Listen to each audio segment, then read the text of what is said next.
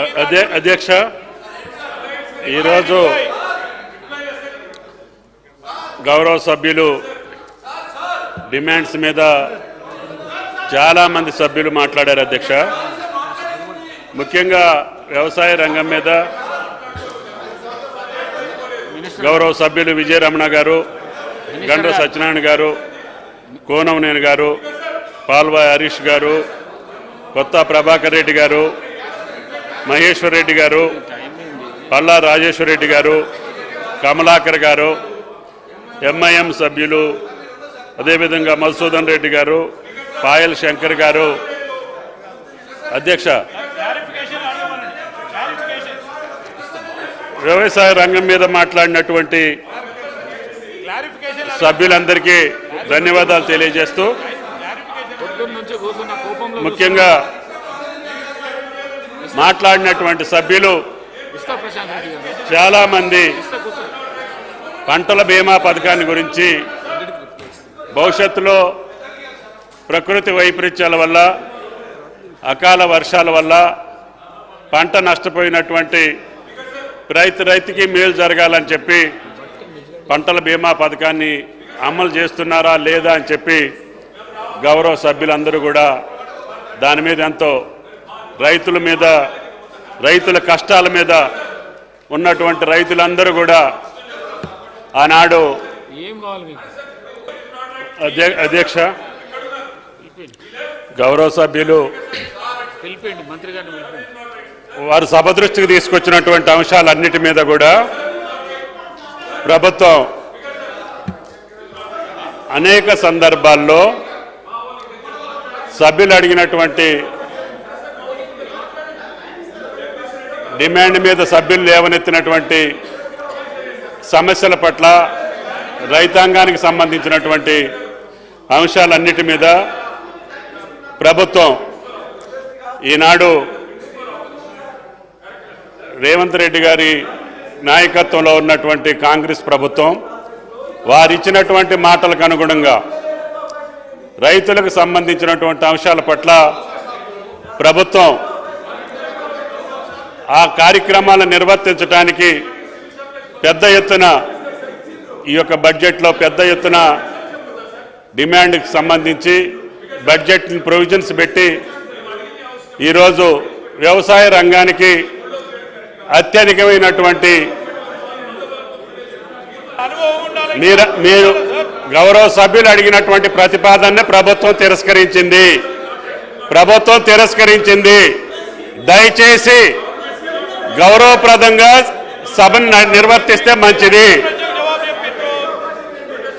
Speaker గారు అదేవిధంగా ప్రభుత్వం కూడా పెద్ద ఎత్తున ఈరోజు సభ్యులందరూ పాల్గొనేటట్టుగా ఈ యొక్క శాసనసభ నడుస్తున్నప్పుడు ఈరోజు మీరు చేసేటటువంటి కార్యక్రమం ప్రజలు హర్షించరని చెప్పి మీకు విజ్ఞప్తి చేస్తున్నా. దయచేసి కూర్చోండి.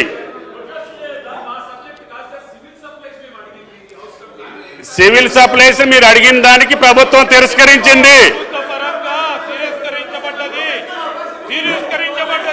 మీ అభ్యర్థన తిరస్కరించాము.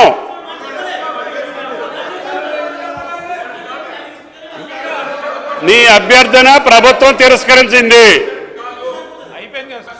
మీ అభ్యర్థనని తిరస్కరించాము. దయచేసి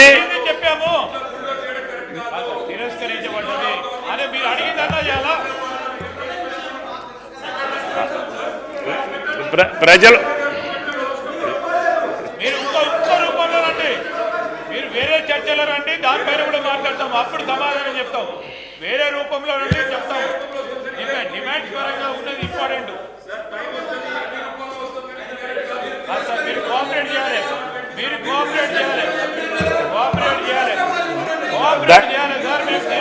అడిగారు, సమాధానం చెప్పాము. మీరు అడిగినటువంటి ప్రశ్నలన్నిటికీ సమాధానం వచ్చింది. దయచేసి సహకరించండి.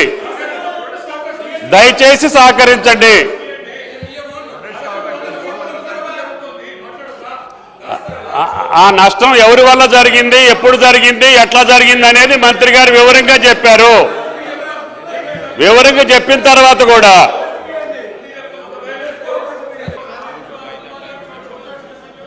అధ్యక్ష సభ ఆర్డర్లో పెడితే మంచిది అధ్యక్ష. అధ్యక్ష, రైతుల యొక్క ఈరోజు వ్యవసాయ బడ్జెట్ మీద సభ్యులందరూ కూడా సవివరంగా మాట్లాడారు అధ్యక్ష. వారు అమూల్యమైనటువంటి సలహాలు సూచనలు కూడా చేశారు. ప్రతిపక్ష పార్టీ సభ్యులు కూడా వాళ్ళ గత 10 సంవత్సరాల అనుభవాన్ని కూడా రంగరించి రైతాంగానికి సంబంధించినటువంటి అంశాల మీద పెద్ద ఎత్తున సూచనలు చేశారు.